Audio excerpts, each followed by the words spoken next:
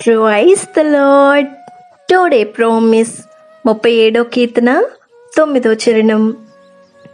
యెహోవా ఎదుట మౌనముగా నుండి ఆయన కొరకు కనిపెట్టుకొనుము. తన మార్గమున వర్ధిల్లు వాని చూచి వ్యసనపడకుము.